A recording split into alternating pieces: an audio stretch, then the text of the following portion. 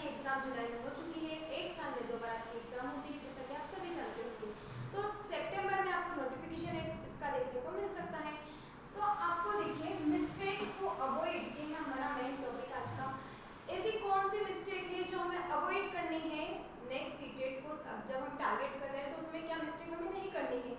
जैसा कि कुछ स्टूडेंट्स जो अभी एग्जाम क्वालिफाई करते करते रह गए हैं कुछ नंबरों से, या किसी कारणवश नहीं कर पाए, या फिर जिन्होंने नया अभी एडमिशन ही लिया है बीएड डीएड इनमें, तो वो लोग जो फर्स्ट टाइम एग्जाम देने वाले हैं उन सबको भी किन बातों का ध्यान रखना है, कौन सी ऐसी गलतियां हैं जो नहीं करनी है, वो सब हम जानेंगे इस वीडियो में। तो लास्ट तक बने रहिएगा, देखिएगा। मिस्टेक्स को अवॉइड, फर्स्ट है रूट लर्निंग। रूट लर्निंग मतलब रेक्टाफिकेशन, रेक्टाफिकेशन नहीं करना है, पहली बात तो समझ लीजिएगा बिल्कुल। देखिए एग्जाम लेवल, अभी आपने देखा होगा कितना कुछ मतलब चेंज हुआ है। सिलेबस में चेंज देखने को नहीं मिलेगा आपको, चेंजेस देखने को मिलेगा तो किस पर चेंजेस देखने को मिला है हमें लेवल पर। लेवल पहले फैक्चुअल चीजें आती थी, आजकल आ रही है अंडरस्टैंडिंग बेस्ड। अब जब अंडरस्टैंडिंग बेस्ड चीजें आ रही है और अगर आप रेक्टाफिकेशन करते गए मतलब रट कर गए हैं चीजों को, तो आप फिर उन चीजों का आंसर नहीं दे पाएंगे, वो क्वेश्चन का आंसर आप सही से नहीं दे पाएंगे क्योंकि आपने चीजों को रटा है। तो आपको रटना नहीं है, पहली बात तो ये समझ लीजिए।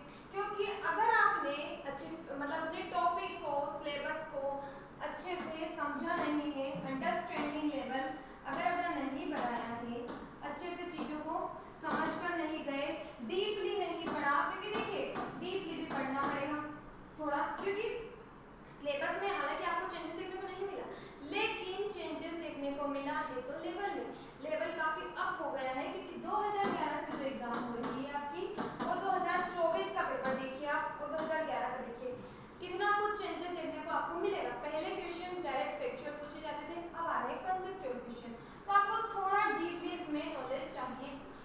देखिएगा जैसे कि कथन निष्कर्ष वाले क्वेश्चन हम देखते हैं, बहुत क्वेश्चन आते हैं कथन निष्कर्ष से रिलेटेड, और क्वेश्चन हम देखते हैं इनमें से क्या सही नहीं है, इस टाइप के क्वेश्चन आपको देखने को मिलेंगे। तो 4 ऑप्शन दे देंगे आपको, फिर वो चारों ऑप्शन का नॉलेज आपको इसके लिए होना चाहिए, मतलब 1 नंबर के लिए आपको 4 बातें उस बारे में पता होनी चाहिए। ठीक है, तो चीजें आ रही है अंडरस्टैंडिंग बेस्ड, तो ये चीज मतलब अगर आप डीपली आपने अच्छे से चीजों को समझा है तो आप डेफिनेटली अच्छे से एग्जाम क्वालिफाई कर पाएंगे और अच्छे मार्क्स भी ला पाएंगे। देखिएगा तो पहला तो हो गया रूट लर्निंग, ये अवॉइड करना है बिल्कुल पूरी तरह से। सेकंड देखिए not giving enough time to practice, हमें प्रैक्टिस के लिए मतलब प्रैक्टिस को पर्याप्त समय देना है। ठीक है, अगर प्रैक्टिस को हमने टाइम नहीं दिया पर्याप्त, तो ये चीज भी हमारे क्वालिफिकेशन मतलब जब हम एग्जाम क्वालिफाई करेंगे तो इसको कहीं ना कहीं रुकावट बनेगी या बाधा उत्पन्न करती है। कैसे? क्योंकि देखिए हमने चीजों को पढ़ा है, ठीक है, जो भी टॉपिक है हमने पढ़ लिया, अगर उसकी प्रैक्टिस नहीं की तो हम नहीं कर पाएंगे, एग्जाम में भूल जाएंगे चीजों को। देखिए हम कुछ भी चीज चलाना सीख रहे हैं, कार चलाना सीख रहे हैं, साइकिल, या बच्चा चलना सीख रहा है, खड़ा होना सीख रहा है, अगर वो बार बार नहीं करेगा, बार बार चलना नहीं सीखेगा, या बार बार उसकी प्रैक्टिस नहीं करेगा, अगर हम कार चलाना सीख रहे हैं तो हम अगर प्रैक्टिस नहीं की, बस हमने एक बार सीख लिया तो हो जाएगा क्या, हमें प्रैक्टिस करनी पड़ेगी, तभी वो चीज हम कर पाएंगे परफेक्ट, मतलब उसमें बन पाएंगे।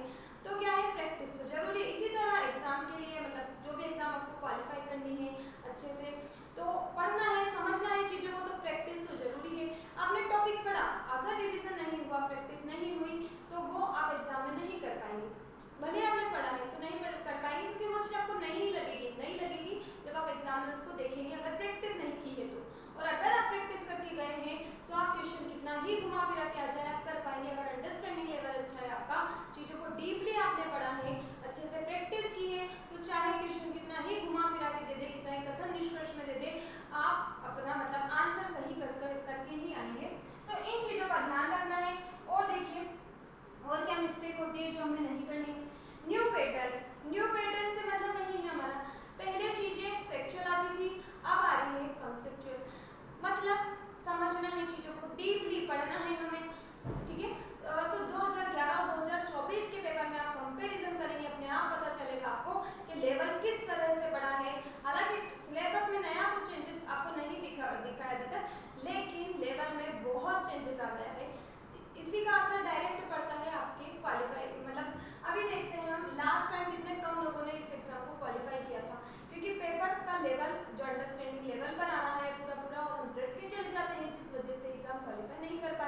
तो यहाँ पे हमें इस चीज़ का भी ध्यान रखना है। नेक्स्ट देखिए टाइम मैनेजमेंट। अब टाइम मैनेजमेंट करना बहुत जरूरी है।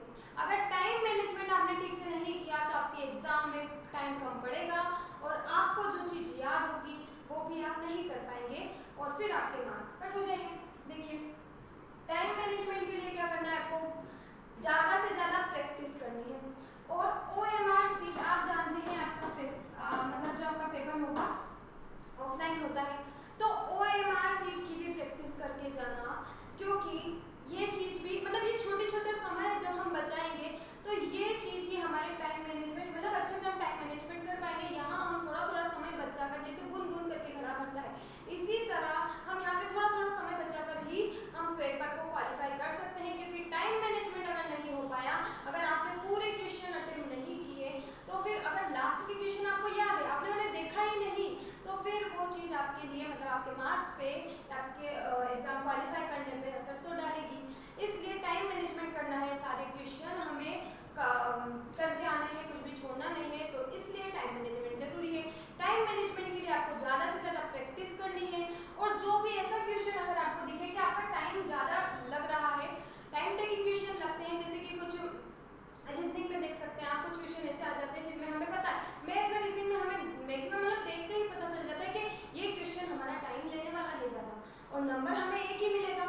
दूसरा क्वेश्चन करेंगे जिसमें कम टाइम लगेगा, उसमें भी एक ही नंबर मिलेगा, और इसमें ज़्यादा टाइम लगा के भी जब एक ही नंबर मिलेगा तो हम इसमें क्यों परेशान होंगे। हाँ, लास्ट में अगर आपके पास टाइम बचता है तो आप फिर से इस पर आ सकते हैं, और अब जो आपकी मतलब पेपर वगैरह कुछ भी रहेगा उसके लास्ट में मतलब कहीं भी आप रफ पेज पे लिख सकते हैं कि ये क्वेश्चन हमें बाद में करना है, तो वहाँ आप नोट करके रखिए जो क्वेश्चन आपने बाद के लिए छोड़े हैं।